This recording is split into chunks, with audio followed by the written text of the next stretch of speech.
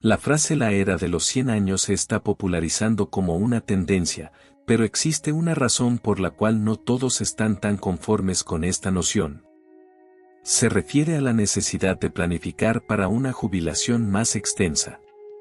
¿Cómo están ustedes preparando su retiro? Curiosamente, muchas personas creen que, al llegar a la vejez, el gobierno les ofrecerá una pensión mínima o algún tipo de asistencia económica, y se retiran con esa expectativa. De hecho, estudios muestran que 1 de cada 6 ciudadanos de nuestro país no está tomando medidas para su jubilación. Sin embargo, la realidad es mucho más dura de lo que se imagina. Tras la pandemia, la economía aún no ha logrado estabilizarse, y los jóvenes siguen enfrentando una elevada tasa de desempleo.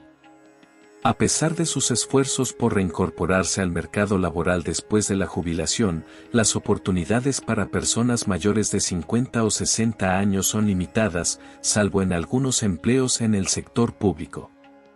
Entre los adultos mayores que batallan por encontrar trabajo, varios optan por emprender negocios propios o arriesgar su dinero en inversiones en criptomonedas o acciones, lo que termina en pérdidas totales y en una vejez llena de dificultades. Actualmente, más del 40% de los ancianos en nuestro país vive en pobreza, lo que nos coloca como el país con la tasa más alta de pobreza entre los mayores en la OCDE. Esto implica que casi la mitad de las personas mayores viven en condiciones de pobreza que ponen en riesgo su sustento. Además, nuestro país se destaca por tener el envejecimiento más acelerado dentro de la OCDE, y con la retirada de la generación del baby boom, surgen problemas como la soledad y la muerte aislada en diversas áreas de la sociedad.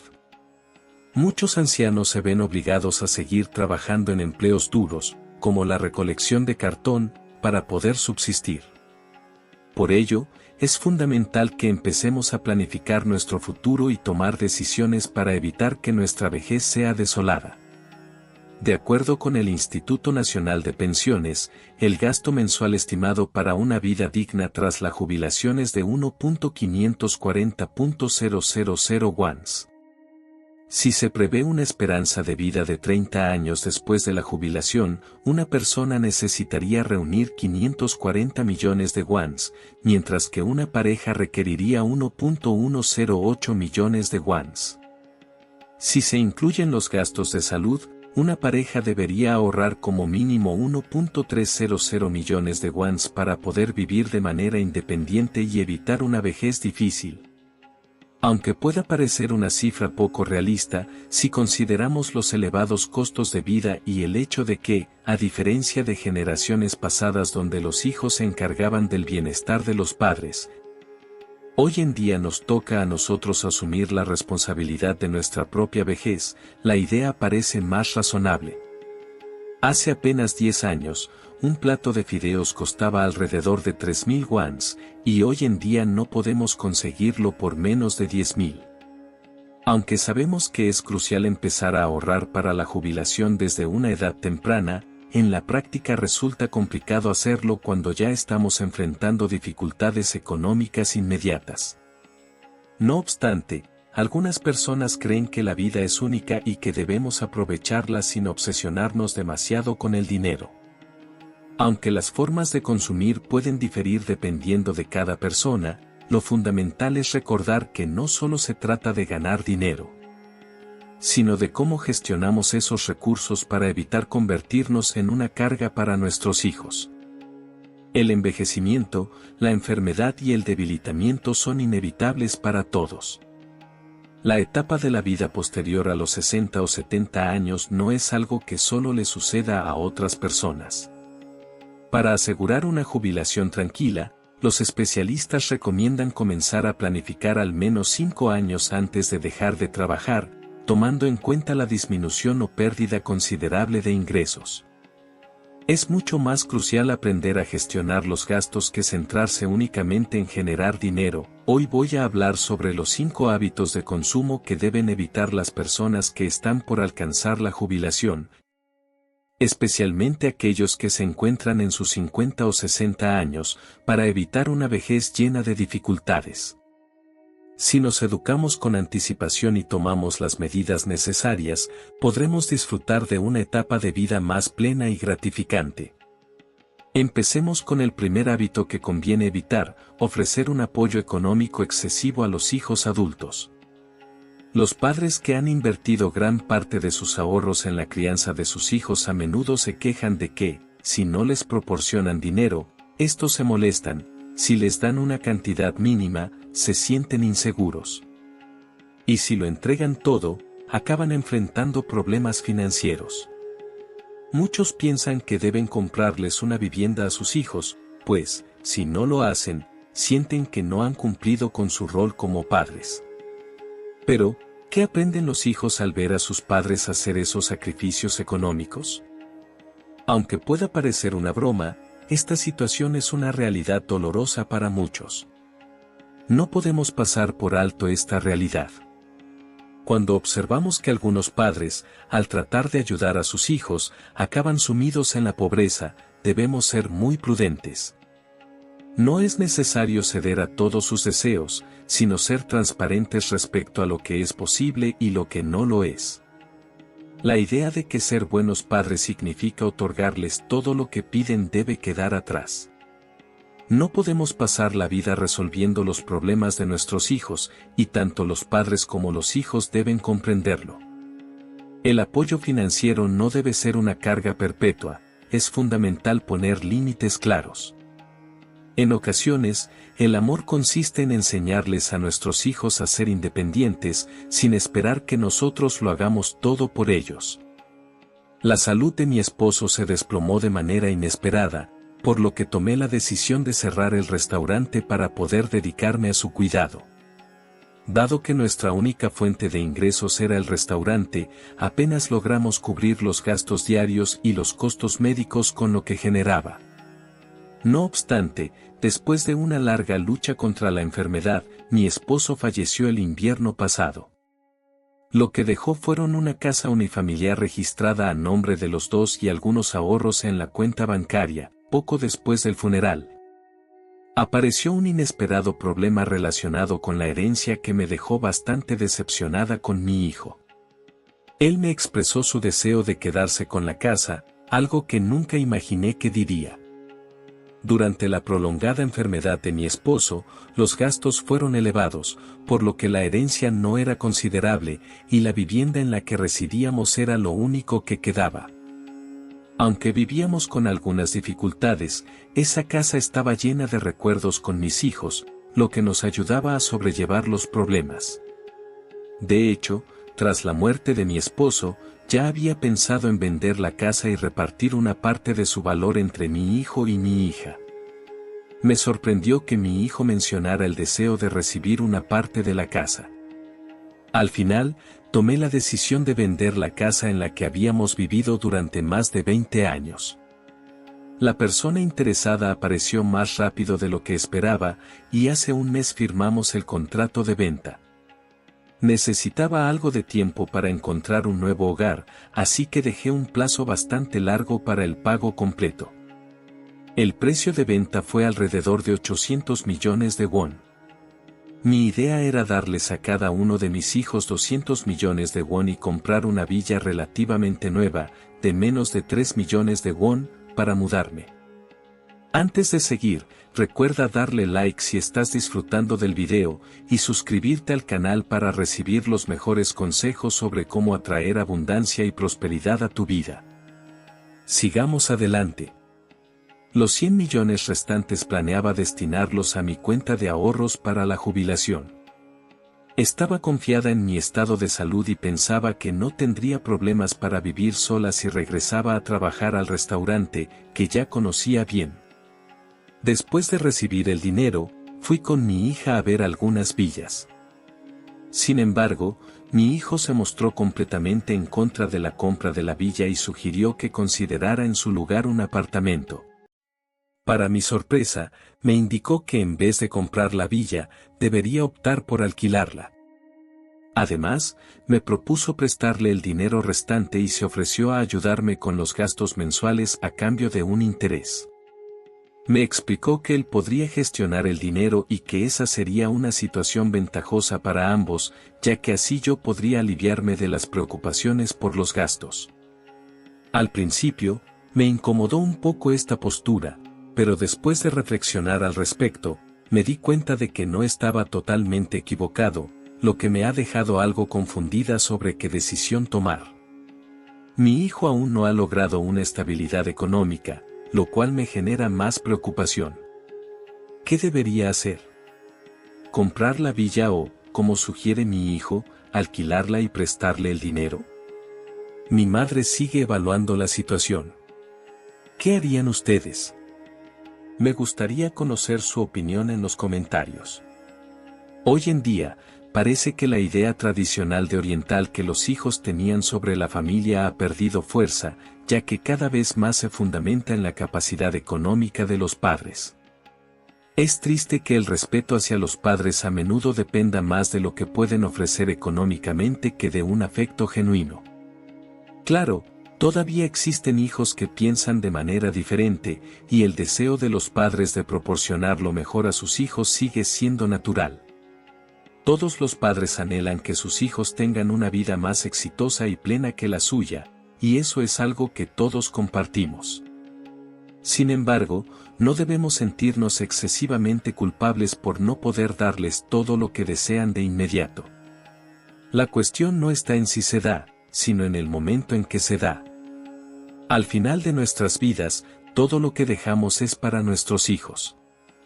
Si nos enfocamos demasiado en ellos y descuidamos nuestra propia planificación para la jubilación, podríamos convertirnos en una carga para ellos. Respecto a los gastos para eventos, ¿cuánto asignan ustedes cada mes para esos fines? ¿Creen que en algún momento recuperarán esa inversión? Hace poco, me encontré con algunos amigos de la escuela. Mientras charlábamos, uno de ellos me comentó que había gastado más de 3 millones de won solo en eventos durante mayo y junio de este año. Salió. Como soy directivo en una empresa con sucursales en todo el país, siempre recibo información sobre actividades y celebraciones en diversas regiones. Aunque ya me han avisado, saberlo no hace más fácil el no asistir. Si el evento es fuera de la ciudad, no puedo evitar enviar alguna aportación, aunque sea pequeña. Los gastos suelen variar entre 100.000 y 500.000 wons, lo cual se ha convertido en una carga cada vez más pesada. Los hermanos todavía están estudiando, y me pregunto si algún día podré recuperar todo lo que gasto en estos eventos. Compartí mis inquietudes con mis amigos. Si tuviera que gastar entre 1 millón y 2 millones de wons al mes, sería una cantidad bastante difícil de gestionar. Aunque no son sumas tan elevadas, yo también gasto alrededor de 300.000 wons mensualmente. Gracias a la colaboración de muchas personas en reuniones familiares, me esfuerzo por retribuir ese apoyo con gratitud. No obstante, en lo que respecta a mis amigos de la escuela, parece que este tipo de ayuda mutua no será tan frecuente. Por eso, un amigo me sugirió que, a partir de ahora, sería mejor reducir la cantidad para expresar mi sincero interés, aunque sea de manera pequeña. Tras algunas palabras adicionales, mi amigo concluyó la conversación con una sonrisa amarga y comentó: a pesar de todo, siempre hay algo que merece la pena. Si lo haces de forma superficial, aunque pagues, terminarán criticándote. Pensé que lo más sensato sería considerar este tema como una inversión para el hogar, lo que lo haría más fácil de gestionar. Originalmente, los obsequios de condolencias provenían de una tradición que consistía en aportar recursos, ya fuera dinero, comida o trabajo, para ayudar a resolver problemas importantes o situaciones especiales, recolectados entre amigos, familiares o vecinos. Hoy en día, las contribuciones tradicionales han sido sustituidas por aportes en efectivo, obsequios materiales o la participación en celebraciones como bodas y funerales. Incluso en estos eventos, ahora hay kioscos en lugar de personas para recoger dichas contribuciones. Los actos sociales se han reducido a un simple intercambio. Este intercambio es más riguroso y directo de lo que parece, si se da algo, se espera recibir algo a cambio, y si se recibe, se debe retribuir. No hacerlo puede ser interpretado como una negación de la relación. Muchas personas consideran esto una inversión a futuro y gastan sin pensarlo, aunque en realidad nunca recuperan ni la mitad del dinero que invirtieron. Esto es especialmente relevante para los jubilados o aquellos que están próximos a hacerlo. Las personas a las que hemos aportado durante nuestra carrera laboral a menudo nos pasan por alto cuando compartimos noticias después de nuestra jubilación. Es evidente que la sensación de que las noticias de eventos se perciben como una carga económica y mental es algo que no está bien. Sin embargo, los eventos han formado parte de una cultura profundamente arraigada durante mucho tiempo y no desaparecerán fácilmente. Un amigo cercano, que está a punto de retirarse, después de años de dedicación, decidió elegir una opción más pragmática, de ahora en adelante. Solo se involucrará en actividades si se trata de personas realmente cercanas y reducirá al mínimo los gastos en celebraciones familiares. En la boda de su hija, celebrada en septiembre pasado, solo envió invitaciones a aquellos familiares y amigos con los que ha mantenido contacto recientemente. Comentó que no quería complicarse con eventos durante su jubilación, por lo que debemos establecer un ciclo positivo, dando y recibiendo menos. Adoptando esta práctica de economizar en contribuciones para eventos familiares, será más fácil prepararse para el futuro. Lo que es evidente es que, si continuamos manejando los eventos como lo hacemos ahora, podríamos enfrentar dificultades financieras durante la jubilación. Es una seducción. Al llegar a la vejez, tras dejar nuestras ocupaciones, tendemos a pensar que es el momento de relajarnos después de años de esfuerzo. Los primeros 3 a 5 años tras la jubilación suelen dedicarse a viajar, reencontrarse con viejos amigos y participar en distintas reuniones. Sin embargo, en estas ocasiones, no debemos presumir de nuestra situación económica ni hacer notar que disponemos de dinero. Aunque lo tengamos, es preferible actuar como si no lo tuviéramos, o si no contamos con él, manejar la situación con prudencia y mantener la humildad. Es fundamental ser prudentes, especialmente cuando recibimos sugerencias de inversión de personas que conocemos desde hace tiempo o de aquellas que hemos encontrado de forma pasajera. Aquellos que nos ofrecen oportunidades de inversión o nos prometen grandes ganancias deberían ser evitados. Las recomendaciones de los demás deben tomarse únicamente como una guía, y debemos evaluarlas con cautela, teniendo en cuenta nuestra situación personal y nuestro propio juicio.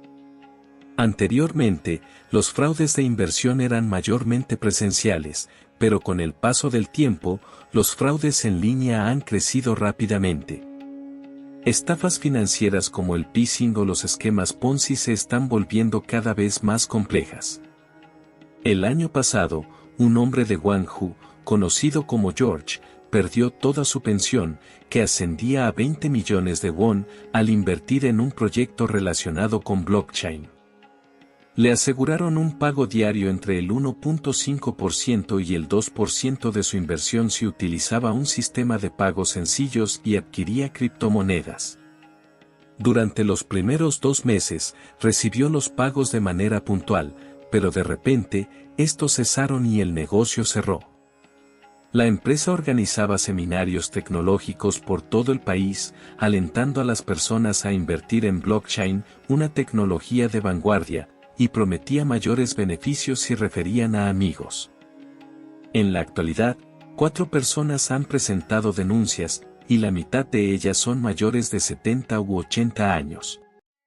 Se calcula que el total de los fraudes podría superar los 600 millones de won. Un hombre de 60 años, quien invirtió 200 millones de won, comentó que se dejó influenciar por la promesa de que podría obtener dinero para su jubilación.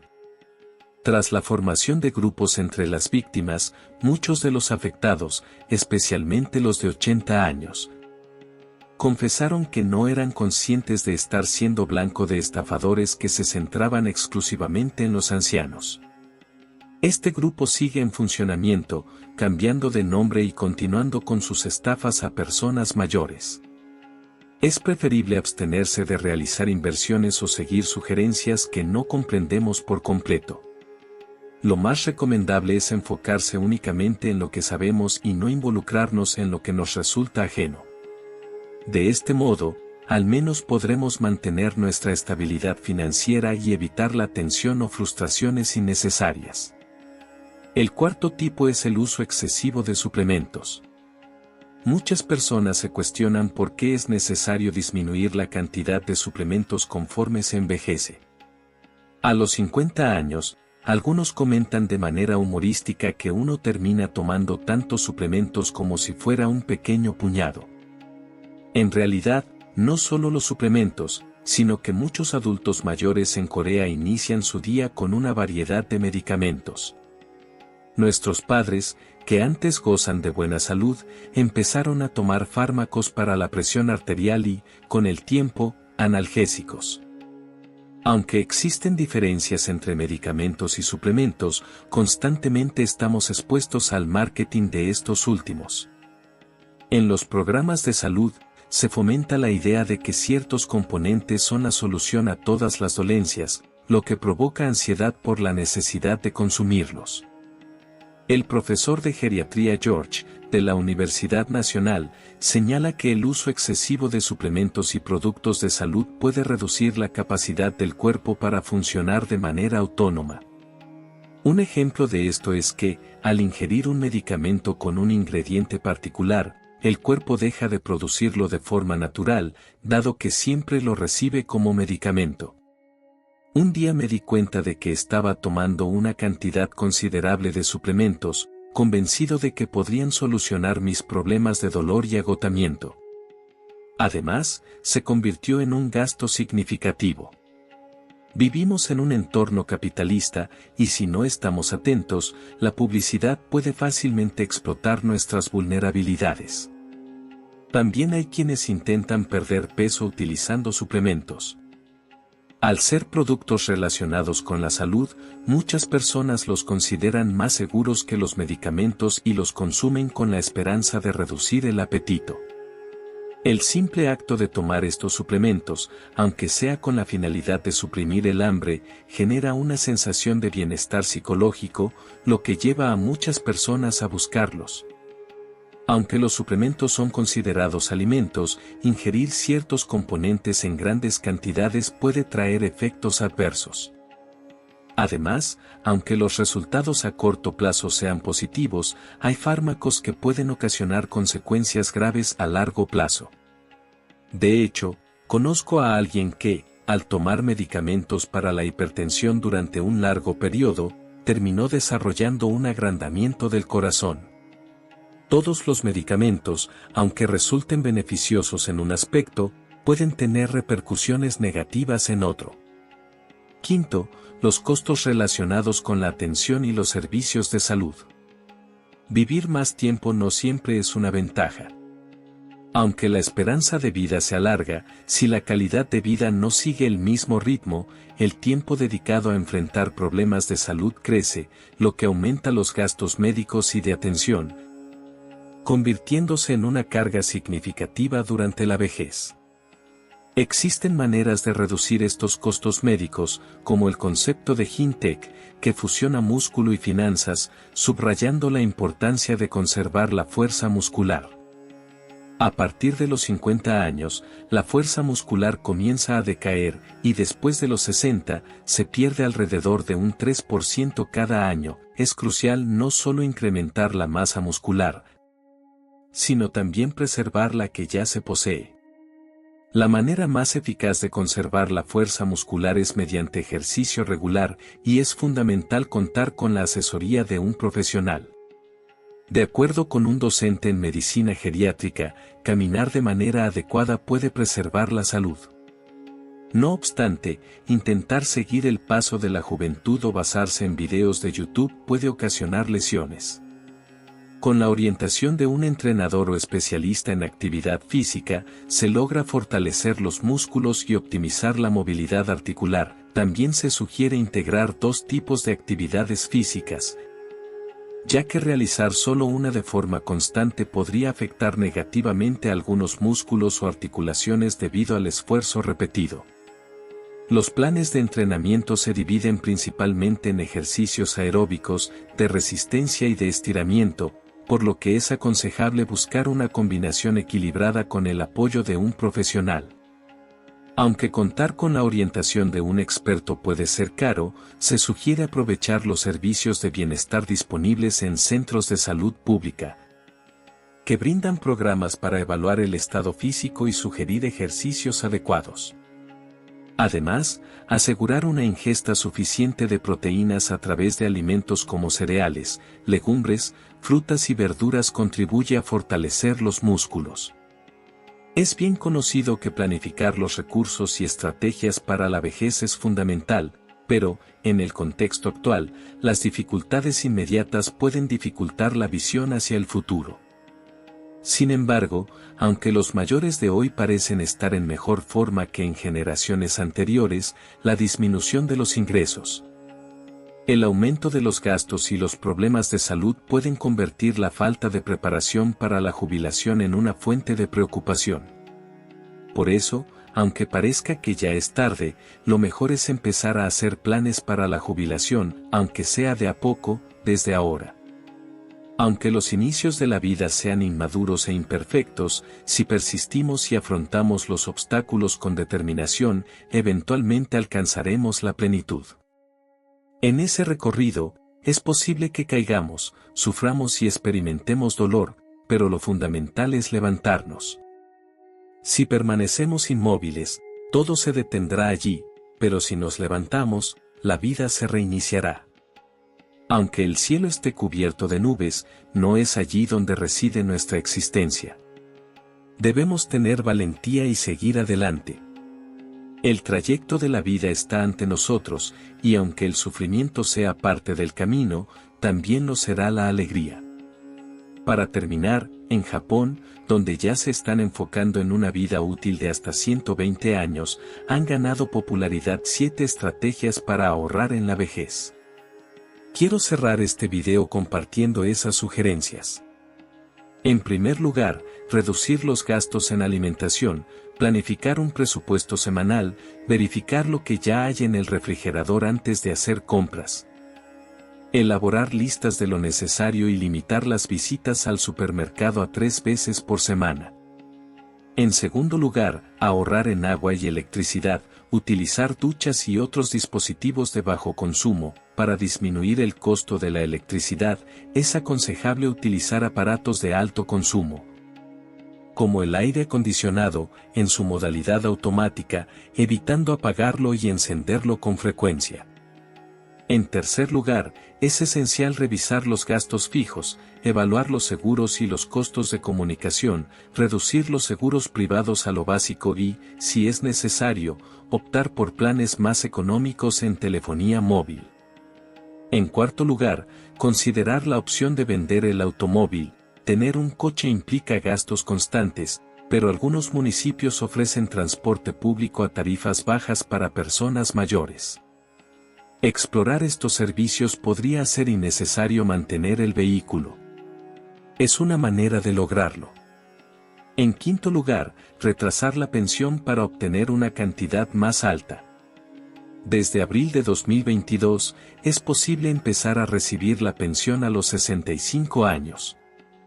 Sin embargo, si sigues trabajando o no necesitas los fondos de inmediato, puedes optar por retrasar su cobro hasta después de los 65 años, lo que te permitirá recibir una suma mayor. Por ejemplo, si decides comenzar a recibirla a los 70 años, la pensión podría aumentar hasta un 42%. Sexto, conseguir dinero para la vida usando la vivienda como aval. En Japón, existe también el sistema de hipoteca inversa, que en términos coreanos se asemeja a la pensión de vivienda. Este sistema permite solicitar un préstamo poniendo la casa como garantía. Si eres dueño de tu hogar, esto puede ser una fuente constante de ingresos. El préstamo se puede reembolsar mediante pagos mensuales de intereses, y el capital se cubre con la venta de la propiedad tras el fallecimiento del titular, o bien, los herederos pueden hacerse cargo de la deuda. Séptimo, prolongar la vida saludable. Los costos más elevados en la vejez están relacionados con la atención médica y de enfermería. Al final, si te mantienes en buen estado de salud, puedes disminuir esos gastos. Según el Ministerio de Salud, Trabajo y Bienestar de Japón, los hombres suelen necesitar atención médica y de enfermería durante unos 9 años, mientras que las mujeres lo requieren durante alrededor de 12 años. El ministerio sugiere realizar 10 minutos de ejercicio diariamente, consumir 70 gramos de verduras al día, dejar de fumar y hacerse chequeos médicos regularmente. Y con esto llegamos al final del video. La vejez es sinónimo de dignidad, y les deseo a todos una vida plena y radiante. Si este video te resultó útil, no olvides suscribirte y darle like. Gracias por acompañarnos hasta el final.